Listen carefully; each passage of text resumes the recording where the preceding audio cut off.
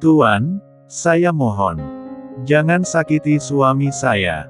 Dengan seorang bayi kecil di pelukannya, seorang wanita yang diyakini adalah istri dari Teddy itu memeluk suaminya.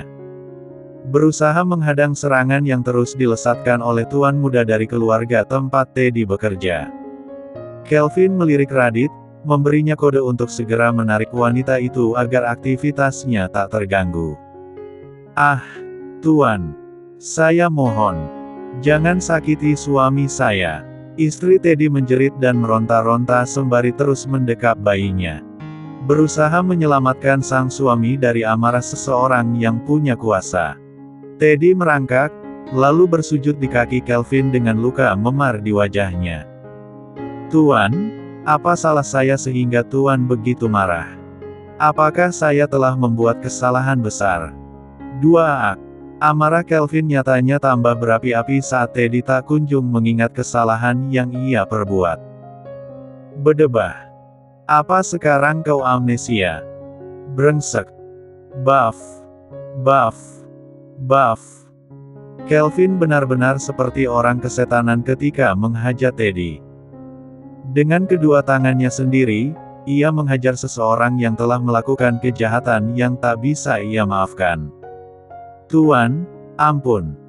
Ampun. Kelvin menyodorkan ponselnya dan mengarahkannya pada wajah Teddy di cengkramannya.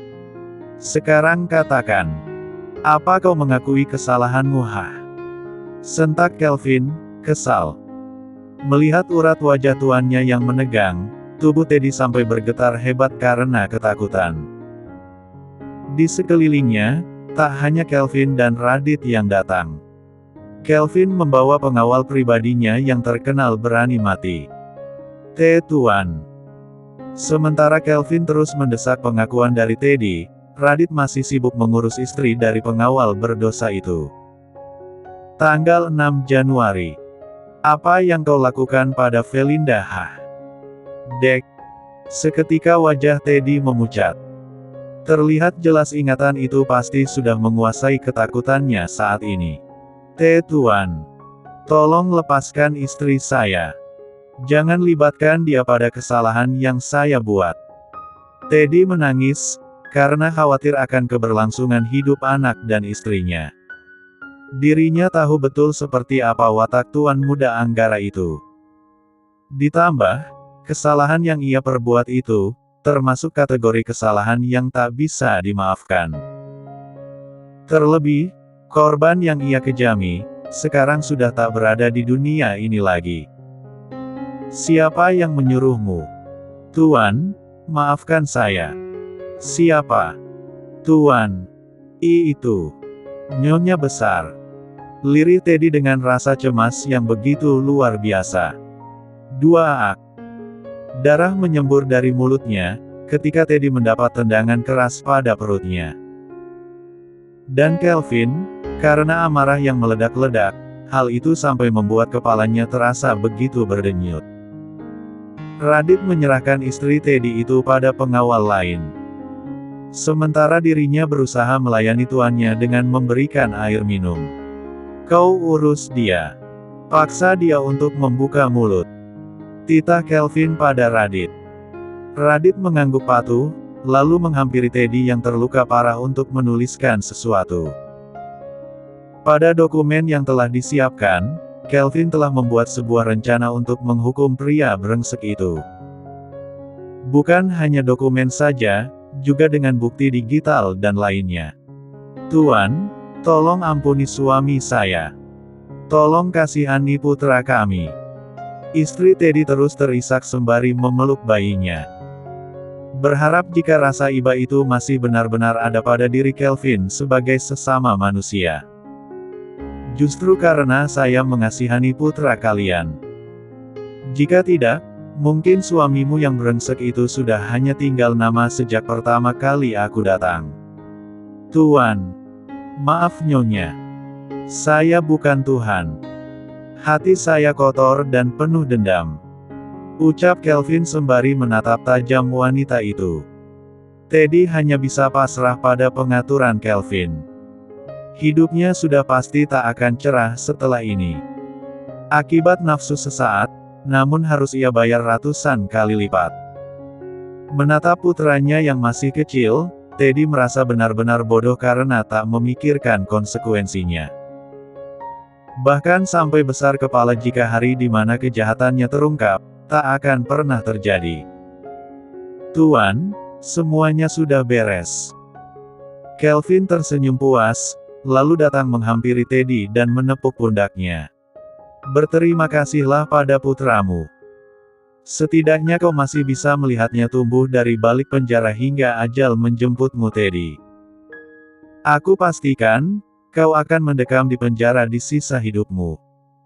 Kelvin beranjak, meninggalkan rumah Teddy setelah urusannya selesai. Dan dua pengawal, ditugaskan untuk membawa Teddy ke kantor polisi.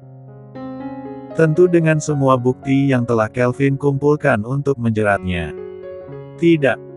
Suamiku. Hicks. Seru istri Teddy dengan meraung histeris ketika suaminya dibawa pergi dari rumah mereka. Apa kau bilang? Nyonya Clara sampai mendelik sempurna ketika tiba-tiba salah seorang pengawal melaporkan kejadian yang menimpa Teddy. Yovana yang saat itu memang tengah bersama dengan Nyonya Clara bahkan ikut terkejut karena teriakan sang ibu mertuanya itu. Ma, ada apa? Tanya Yovana, cemas. Nyonya Clara tampak memegangi dadanya yang terasa sesak. Kabar pengawalnya yang menyampaikan jika Teddy dijebloskan ke penjara oleh Kelvin, tentu membuatnya sangat panik. Mama, ada apa? Yovana begitu bingung, saat Nyonya Clara hanya terpaku pada lamunannya. Sehingga terpaksa ia harus mengorek informasi dari pengawal yang baru saja datang. Ada apa? Apa yang membuat Mama begitu terkejut? Hah? Sentak Yovana pada pengawal itu. Nyonya. Itu. Kelvin sudah tahu semuanya, Yovana. Sela Nyonya Clara dengan tatapan mata kosong. Ma, apa maksud Mama? Mengetahui apa? Mengetahui semuanya. Lirih Nyonya Clara, lagi. Ma. Raut wajah aneh yang Nyonya Clara tampakkan benar-benar membuat Yovana cemas. Tubuh ibu mertuanya terlihat seperti patung yang membeku di tempatnya. Sepertinya syok yang melanda membuat Nyonya Clara menjadi begitu bingung sekarang. Untuk apa bertanya padanya? Kau bisa bertanya padaku. Dek. Nyonya Clara dan Yovana kompak menoleh, ketika suara tak asing itu menyahuti kegelisahan Yovana pada Nyonya Clara. Kelvin. Kelvin datang kembali bersama dengan Radit. Lalu duduk dengan santai di depan mereka berdua. Kelvin, ada apa ini? Kenapa tanganmu penuh dengan darah? Tanya Yovana ketika mendapati bercak darah di lengan Kelvin. Ah, ini. Aku baru saja bersenang-senang. Kelvin. Ada apa, Yovana? Apa kau juga ingin bersenang-senang denganku? Tanya Kelvin dengan senyuman menyeringai. Dek, dek, dek. Detak jantung Yovana benar-benar cepat berdetak. Tatapan mata itu benar-benar membuatnya ketakutan. Ada apa? Mengapa kau takut melihatku? Yovana menggeleng, lalu menggoyang-goyangkan tubuh Nyonya Clara yang tetap saja terdiam. Mama, tolong bicara pada Kelvin, Ma. Nyonya Clara menghela nafas panjang, lalu menatap Kelvin setelahnya. Ada apa kau datang lagi? Bukankah semuanya sudah jelas? Apa kau juga ingin menjebloskan mamamu ke penjara juga? Ucap Nyonya Clara dengan lantangnya. Kelvin tersenyum dengan hati begitu getir. Hahaha. Bahkan meski sudah tahu melakukan kesalahan. Tapi kau masih bertanya apakah aku akan tega? Ya, tentu saja aku tega. Kelvin. Di mana etikamu? Meski bagaimanapun, aku ini tetaplah ibumu.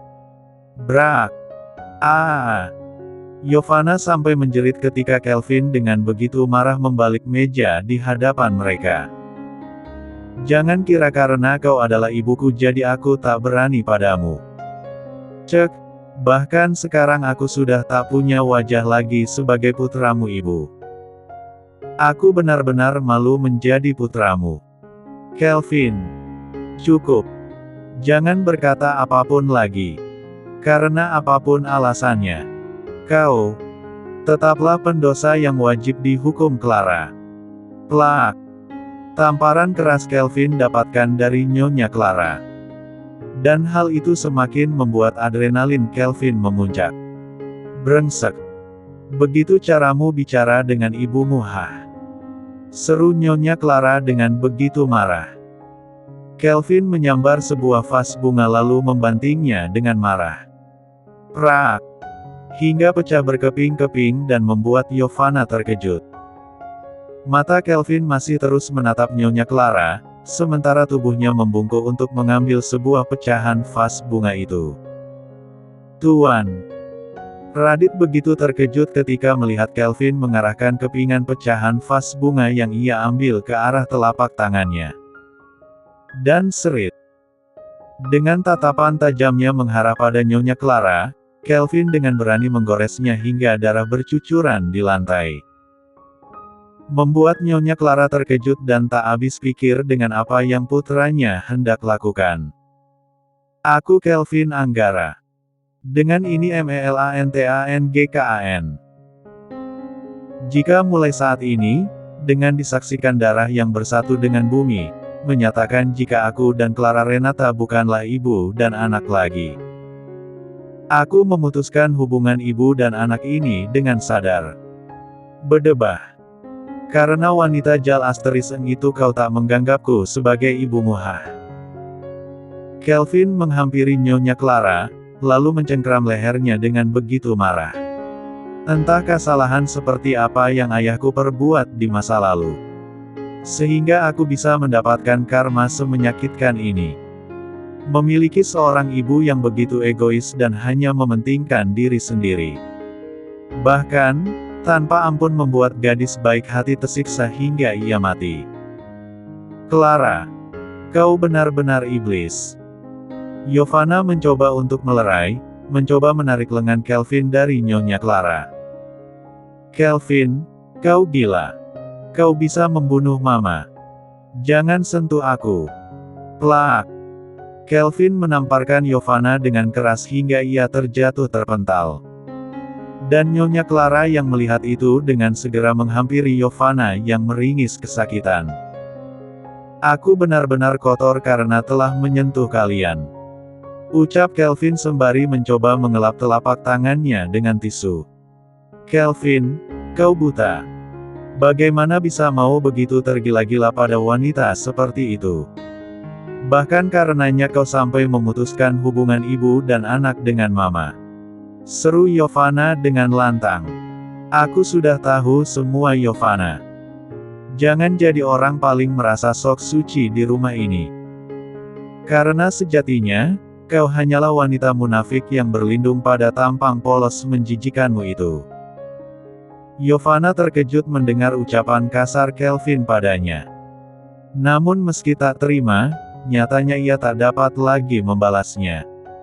Radit, seret mereka juga ke penjara.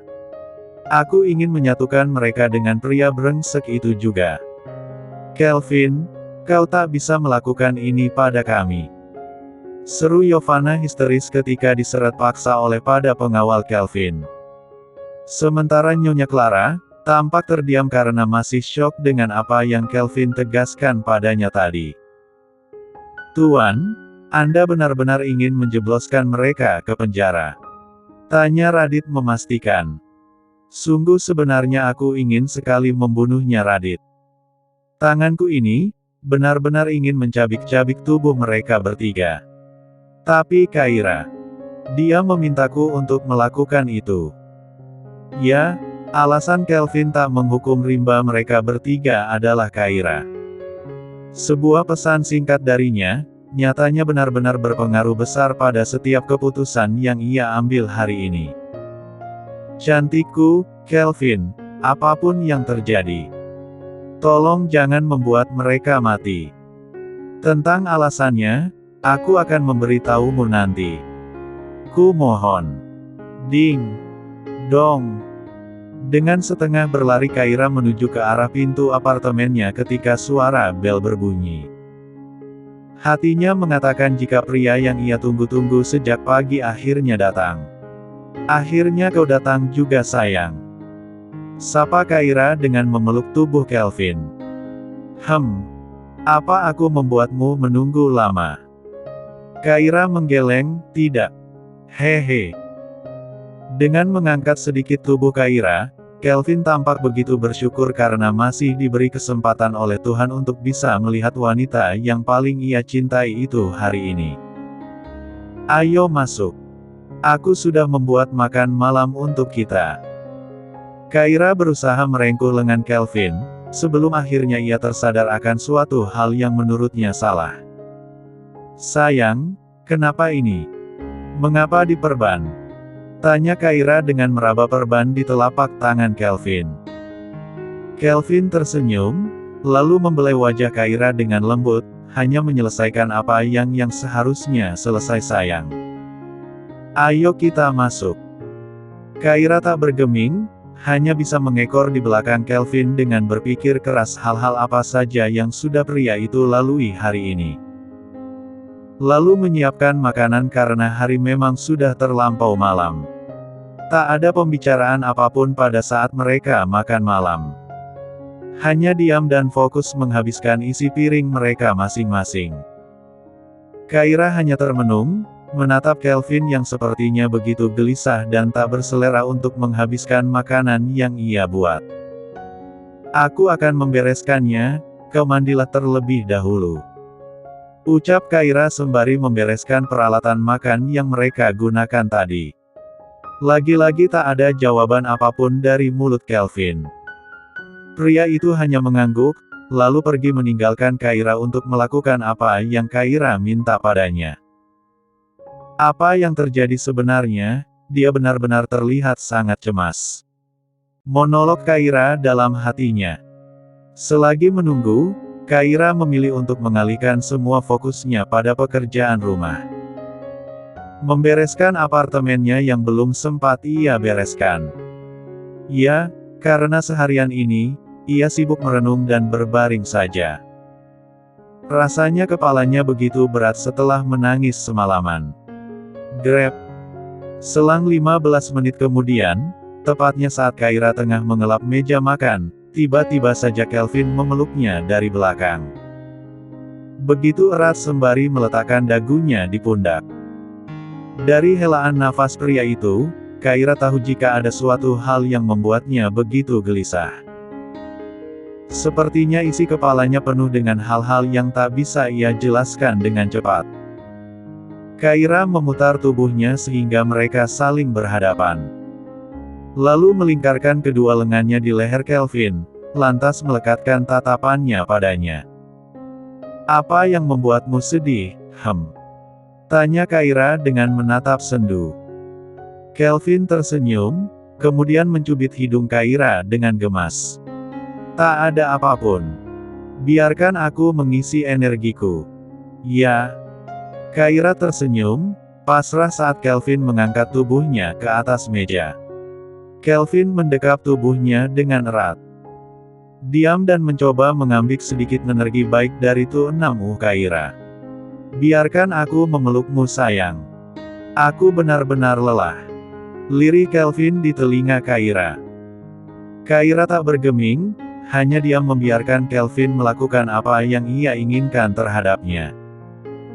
Setidaknya jika melihat runtutan yang pernah terjadi, Kelvin akan buka suara jika energinya telah terisi penuh nantinya. Sementara itu, bagaimana ini? Apa kita benar-benar akan dipenjara? Yovana begitu ketakutan. Meski baru beberapa jam duduk di balik jeruji besi itu, rasanya ia sudah tak sanggup lagi. Sabar sayang. Mama pasti akan memikirkan cara agar kita bisa keluar dari tempat ini. Ya. Yovana menggeleng, kemudian menangkupkan kedua telapak tangannya untuk menutupi wajahnya. Hiks. Hiks. Tangisnya pecah, karena mengira jika nasibnya akan menjadi begitu buruk di tempat itu. Tuntutan yang Kelvin layangkan pada mereka, benar-benar membuatnya syok tak terkira. Sayang, jangan menangis. Mama sudah mengabari ayahmu untuk segera datang. Kau tak bersalah, dan masih punya kesempatan untuk keluar dari sini. Ucap Nyonya Clara berusaha untuk menenangkan Yovana. Tapi membelai wajah menantunya dengan lembut, Nyonya Clara benar-benar begitu menyayangi gadis itu dengan tulus. Mama tak akan melibatkanmu pada masalah ini. Percayalah. Yovana terhenyak begitu mendengar pemikiran ibu mertuanya itu. Apa Mama bilang? Bagaimana bisa Mama berpikir seperti itu? Yovana jelas terlibat karena berasa di tempat kejadian saat itu SSSTTT. Pelankan suaramu. Jangan sampai seseorang mendengarnya. Refleks Yovana membekap mulutnya, sedang pupil matanya menelisik ke segala penjuru. Untung saja sel sementara yang mereka huni sekarang begitu sepi tanpa aktivitas anggota kepolisian satupun. Mereka sepertinya tengah istirahat atau ganti shift karena hari memang sudah beranjak malam. Yovana. Yovana dan Nyonya Clara seketika tersenyum senang. Ketika melihat sosok tak asing datang pada mereka. Papa. Seru Yovana dengan begitu antusias. Berlari ke arah ayahnya berada, Yovana benar-benar tak bisa menyembunyikan kegelisahan hatinya lagi. Papa. Hiks. Nyonya Clara juga pergi menghampiri pria parubaya yang sinyalir adalah sang besan atau ayah dari Yovana, menantunya. Clara, bagaimana kau akan menjelaskan ini? Putriku bisa-bisanya berada di tempat seperti ini. Dia Tuan Rudolf Hutomo. Ayah kandung Yovana yang langsung datang ketika mendapat kabar putrinya dijebloskan ke penjara oleh suaminya sendiri. Mengapa Kelvin bisa sampai hari menjebloskannya ke penjara Clara? Yovana putri kami yang sangat dicintai. Nyonya Clara hanya menunduk malu melihat kekecewaan Tuan Rudolf. Intrik yang terjadi pada mereka, benar-benar begitu membuatnya kehilangan muka di depan sang besan. Maafkan aku janji tak akan melibatkan Yovana atas masalah ini Rudolf. Percayalah. Clara, mungkin jika masalah ini terjadi karena orang lain aku masih bisa percaya padamu. Tapi yang terjadi, masalah ini justru terjadi dengan melibatkan Kelvin. Suami Yovana sendiri. Menantuku. Apa kau masih begitu percaya diri memintaku untuk percaya? Aku. Pa, jangan membuat Mama Clara sedih. Bagaimanapun Yovana juga terlibat. Jadi jangan hanya menyalahkan Mama Clara. Yovana mencoba untuk membela ibu mertuanya itu. Anak bodoh. Di mana harga dirimu itu Yovana?